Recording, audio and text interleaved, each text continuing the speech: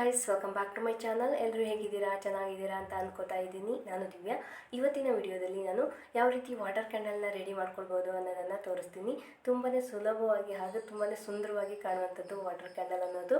ಇನ್ನೇನು ದೀಪಾವಳಿ ಹಬ್ಬ ಬೇರೆ ಹತ್ರ ಬಂದೇ ಬಿಡ್ತು. ಈ ದೀಪಾವಳಿ ಹಬ್ಬಕ್ಕೆ ನೀವು ಕೂಡ ವಾಟರ್ ಕ್ಯಾಂಡಲ್ನ ಟ್ರೈ ಮಾಡಿ, ನಿಮ್ಮ ಮನೆಯನ್ನು ವಾಟರ್ ಕ್ಯಾಂಡಲಿಂದ ಡೆಕೋರೇಟ್ ಮಾಡಿ ಅಂತ ಹೇಳ್ತಾ, ಓಕೆ ಗೈಸ್, ವಾಟರ್ ಕ್ಯಾಂಡಲ್ನ ಯಾವ ರೀತಿ ಮಾಡೋದು ಅಂತ ಹೇಳ್ಬಿಟ್ಟು ನೋಡೋಣ.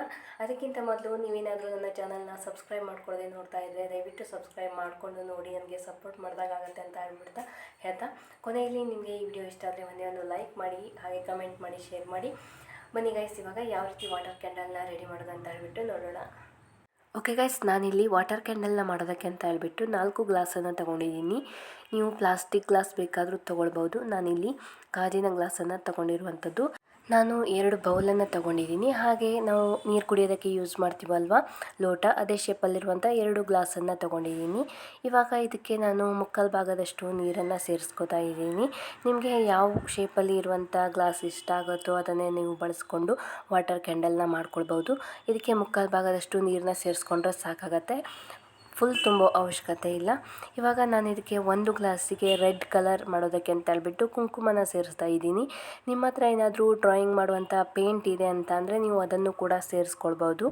ನಾನಿಲ್ಲಿ ಕುಂಕುಮನ ಸೇರಿಸ್ಕೊಂಡಿದ್ದೀನಿ ರೆಡ್ ಕಲರ್ಗೆ. ಹಾಗೆ ಇನ್ನೊಂದು ಗ್ಲಾಸಿಗೆ ಯೆಲ್ಲೋ ಕಲರ್ನ ಸೇರಿಸ್ತಾ ಇದ್ದೀನಿ. ಅರಿಶಿನ ಹಾಕೊಂಡ್ಬಿಟ್ಟು ಇದು ಯೆಲ್ಲೋ ಕಲರ್ನ ಮಾಡ್ಕೋತಾ ಇದ್ದೀನಿ. ಕಲರ್ನ ಬೇಕು ಅಂದರೆ ಹಾಕ್ಬೋದು, ಇಲ್ಲ ಅಂತಂದರೆ ಸ್ಕಿಪ್ ಮಾಡ್ಬೋದು. ನೋಡೋದಕ್ಕೆ ತುಂಬಾ ಚೆನ್ನಾಗಿ ಕಾಣಿಸುತ್ತೆ ಅಂತ ಹೇಳ್ಬಿಟ್ಟು ನಾನು ಇಲ್ಲಿ ಕಲರ್ನ ಮಾಡ್ಕೊಂಡಿರುವಂಥದ್ದು. ನೀವು ಕಲರ್ ಇಲ್ಲ ಅಂತಂದರೆ ಹಾಗೆ ಕೂಡ ಮಾಡ್ಕೊಳ್ಬೋದು. ಹಾಗೆ ನಾನಿಲ್ಲಿ 2 ಗ್ಲಾಸಿಗೂ ಕೂಡ ಈ ಬೌಲನ್ನು ಏನು ತೊಗೊಂಡಿದ್ದೀನಿ ಇದಕ್ಕೆ ಹೂವಲ್ಲಿ ನಾನು ಡೆಕೋರೇಟ್ ಮಾಡ್ತಾ ಇದ್ದೀನಿ. ನಿಮಗೆ ಯಾವ ರೀತಿ ಡೆಕೋರೇಟ್ ಮಾಡಬೇಕು ಅಂತ ಅನಿಸುತ್ತೋ ನೀವು ಆ ಥರ ಡೆಕೋರೇಟ್ ಮಾಡ್ಕೊಳ್ಬೋದು. ಗ್ಲಾಸನ್ನು ಬೀಡ್ಸ್ ಏನಾದರೂ ಇದ್ದರೆ ಬೀಡ್ಸನ್ನು ಹಾಕಿಬಿಟ್ಟು, ಅಥವಾ ಕಲರ್ ಸ್ಟೋನ್ಸ್ ಏನಾದರೂ ಇದ್ದರೆ ಅದನ್ನು ಹಾಕೊಂಡ್ಬಿಟ್ಟು ನಿಮಗೆ ಯಾವ ರೀತಿ ಅದನ್ನು ಡೆಕೋರೇಟ್ ಮಾಡಬೇಕು ಅಂತ ಅನಿಸುತ್ತೋ ಆ ರೀತಿಯಲ್ಲಿ ನೀವು ಗ್ಲಾಸನ್ನು ಡೆಕೋರೇಟ್ ಮಾಡ್ಕೊಳ್ಬೋದು. ನಾನಿಲ್ಲಿ 2 ಗ್ಲಾಸಿಗೆ ಕಲರ್ನ ಹಾಕಿದ್ದೀನಿ. ಹಾಗೆ ಇನ್ನೆರಡು ಗ್ಲಾಸಿಗೆ ಹೂವನ್ನು ಹಾಕಿಬಿಟ್ಟು ಡೆಕೋರೇಟ್ ಮಾಡಿದ್ದೀನಿ. ಇವಾಗ ನಾವು ಮನೆಯಲ್ಲಿ ದೀಪ ಹಚ್ಚೋದಕ್ಕೆ ಯಾವ ಎಣ್ಣೆಯನ್ನು ಯೂಸ್ ಮಾಡ್ತೀವಲ್ವ ಅದೇ ಎಣ್ಣೆಯನ್ನು ಪ್ರತಿಯೊಂದು ಬೌಲ್ಗೂ ಕೂಡ 2 ಸ್ಪೂನ್ ಆಗುವಷ್ಟು ಆಯಿಲನ್ನು ಸೇರಿಸ್ಕೊತಾ ಇದ್ದೀನಿ. ಇವಾಗ ನಾನಿಲ್ಲಿ ಮನೆಯಲ್ಲಿ ಬೇಡದೇ ಇರುವಂಥ ಯೂಸ್ ಮಾಡದೇ ಇರುವಂಥ ಪ್ಲಾಸ್ಟಿಕ್ ಡಬ್ಬ ಏನಾದರೂ ಇದ್ದರೆ, ಬಾಟಲ್ ಏನಾದರೂ ಇದ್ದರೆ ಅದನ್ನು ಈ ಥರ ರೌಂಡ್ ಶೇಪಲ್ಲಿ ನಿಮಗೆ ಯಾವ ಶೇಪ್ ಬೇಕೋ ಆ ಶೇಪಲ್ಲಿ ಕಟ್ ಮಾಡಿ ಇಟ್ಕೊಳ್ಳಿ. ನಾನು ಇಲ್ಲಿ ನೋಡ್ತಾ ಇರ್ಬೋದು ರೌಂಡ್ ಶೇಪಲ್ಲಿ ಕಟ್ ಮಾಡಿ ಇಟ್ಕೊಂಡಿದ್ದೀನಿ. ಹಾಗೆ ಸೂಜಿಯನ್ನು ಸ್ವಲ್ಪ ಬಿಸಿ ಮಾಡಿಬಿಟ್ಟು ಈ ಥರ ಮಿಡ್ಲಲ್ಲಿ ಟಚ್ ಮಾಡಿದ್ರೆ ಸಾಕಾಗತ್ತೆ, ಹೋಲ್ ಆಗುತ್ತೆ ಅದು. ಬತ್ತಿ ಹಾಕೋದಕ್ಕೆ ಎಷ್ಟು ದೊಡ್ಡ ಹೋಲ್ ಬೇಕೋ ಅಷ್ಟು ಚಿಕ್ಕದಾಗಿ ಮಾಡ್ಕೊಳ್ಳುವಂಥದ್ದು, ಬತ್ತಿ ಹೋಗೋವಷ್ಟು ಅಷ್ಟೇ ಚಿಕ್ಕದಾಗಿ ಹೋಲನ್ನ ಮಾಡಿ ಇಟ್ಕೊಂಡಿದ್ದೀನಿ. ಇವಾಗ ಇದಕ್ಕೆ ಮಾಡ್ಕೊಂಡು ಇಟ್ಕೊಂಡಿರುವಂತಹ ಬತ್ತಿಯನ್ನು ಹಾಕ್ತಾಯಿದ್ದೀನಿ.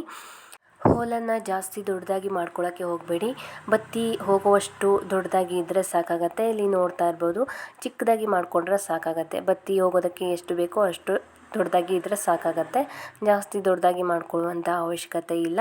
ಇವಾಗ ಈ ಬತ್ತಿಗೆ ಮೇಲ್ಗಡೆ ನಾನು ಸ್ವಲ್ಪ ಎಣ್ಣೆನ ಹಚ್ಕೋತಾ ಇದ್ದೀನಿ.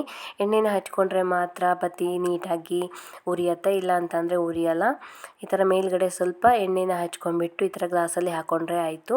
ಇವಾಗ ನಾನು ಮತ್ತೆ ಉಳಿದಿರುವಂತಹ 3 ಗ್ಲಾಸಿಗೂ ಕೂಡ ಅದೇ ಥರ ಬತ್ತಿನ ಮಾಡಿಬಿಟ್ಟು ಹಾಕೋತೀನಿ. ನಾರ್ಮಲಾಗಿ ನಾವು ಹಚ್ಚುವ ದೀಪಕ್ಕಿಂತ ಈ ಥರ ಡೆಕೋರೇಟ್ ಮಾಡಿಬಿಟ್ಟು ದೀಪನ ಹಚ್ಚೋದ್ರಿಂದ ಏನೋ ಒಂಥರ ತುಂಬಾ ಚೆನ್ನಾಗಿ ಕಾಣಿಸುತ್ತೆ ಅಂತ ಹೇಳ್ಬೋದು. ಇಲ್ಲಿ ನೋಡ್ತಾ ಇರ್ಬೋದು ಎಷ್ಟು ಚೆನ್ನಾಗಿ ಕಾಣಿಸ್ತಾ ಇದೆ ಅಂತ ಹೇಳ್ಬಿಟ್ಟು, ಕಲರ್ಫುಲ್ಲಾಗಿ ಕಾಣಿಸ್ತಾ ಇದೆ. ನನಗೆ ಈ ಥರ ಹೂವನ್ನು ಹಾಕಿಬಿಟ್ಟು ಡೆಕೋರೇಟ್ ಮಾಡಿ ದೀಪನ ಹಚ್ಚೋದು ಅಂದರೆ ತುಂಬಾ ಇಷ್ಟ. ಲೈಟ್ಸ್ ಬೇರೆ ಆನ್ ಆಗಿರೋದ್ರಿಂದ ಅಷ್ಟು ಕ್ಲಿಯರಾಗಿ ಕಾಣಿಸಲ್ಲ. ಈ ಥರ ಹೂವನ್ನು ಹಾಕಿಬಿಟ್ಟು ದೀಪನ ಹಚ್ಚಿದರೆ ತುಂಬಾ ಚೆನ್ನಾಗಿ ಕಾಣಿಸುತ್ತೆ. ನೀವು ಕೂಡ ಒಂದು ಸಲ ಟ್ರೈ ಮಾಡಿ, ನಿಮಗೂ ಕೂಡ ಇಷ್ಟ ಆಗುತ್ತೆ ಈ ದೀಪ ಅಂತ ಅಂದ್ಕೋತೀನಿ. ಇನ್ನೇನು ದೀಪಾವಳಿ ಹಬ್ಬ ಬೇರೆ ಬಂದೇ ಬಿಡ್ತು. ಈ ದೀಪಾವಳಿ ಹಬ್ಬಕ್ಕೆ ನೀವು ಕೂಡ ಈ ಥರ ವಾಟರ್ ಕ್ಯಾಂಡಲ್ನ ಟ್ರೈ ಮಾಡಿ, ತುಂಬಾ ಚೆನ್ನಾಗಿ ಕಾಣಿಸುತ್ತೆ. ಇವಾಗ ನೋಡ್ತಾ ಇರ್ಬೋದು ಲೈಟನ್ನು ಆಫ್ ಮಾಡಿಬಿಟ್ಟು ಕಾಣಿಸ್ತಾ ಇರುವಂಥದ್ದು ಎಷ್ಟು ಚೆನ್ನಾಗಿ ಕಾಣಿಸ್ತಾ ಇದೆ ಅಲ್ವಾ.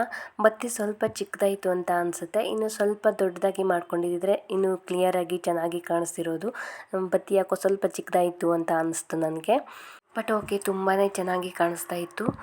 ನಿಮಗೆ ಯಾವ ರೀತಿ ಬೇಕೋ ಆ ರೀತಿಯಲ್ಲಿ ನೀವು ಗ್ಲಾಸ್ನ ಡೆಕೋರೇಟ್ ಮಾಡ್ಕೊಳ್ಬೋದು. ನಿಮ್ಮ ಕ್ರಿಯೇಟಿವಿಟಿಗೆ ತಕ್ಕ ಹಾಗೆ ನೀವು ಗ್ಲಾಸ್ನ ಡೆಕೋರೇಟ್ ಮಾಡ್ಕೊಳ್ಬೋದು. ನನ್ನ ಹತ್ರ ಏನು ಇರುತ್ತೋ ವಸ್ತು ಅದರಲ್ಲೇ ನಾನು ಈ ಥರ ಗ್ಲಾಸ್ನ ಡೆಕೋರೇಟ್ ಮಾಡಿಬಿಟ್ಟು ನಿಮಗೆ ವಾಟರ್ ಕ್ಯಾಂಡಲ್ನ ಮಾಡಿ ತೋರಿಸಿರುವಂಥದ್ದು.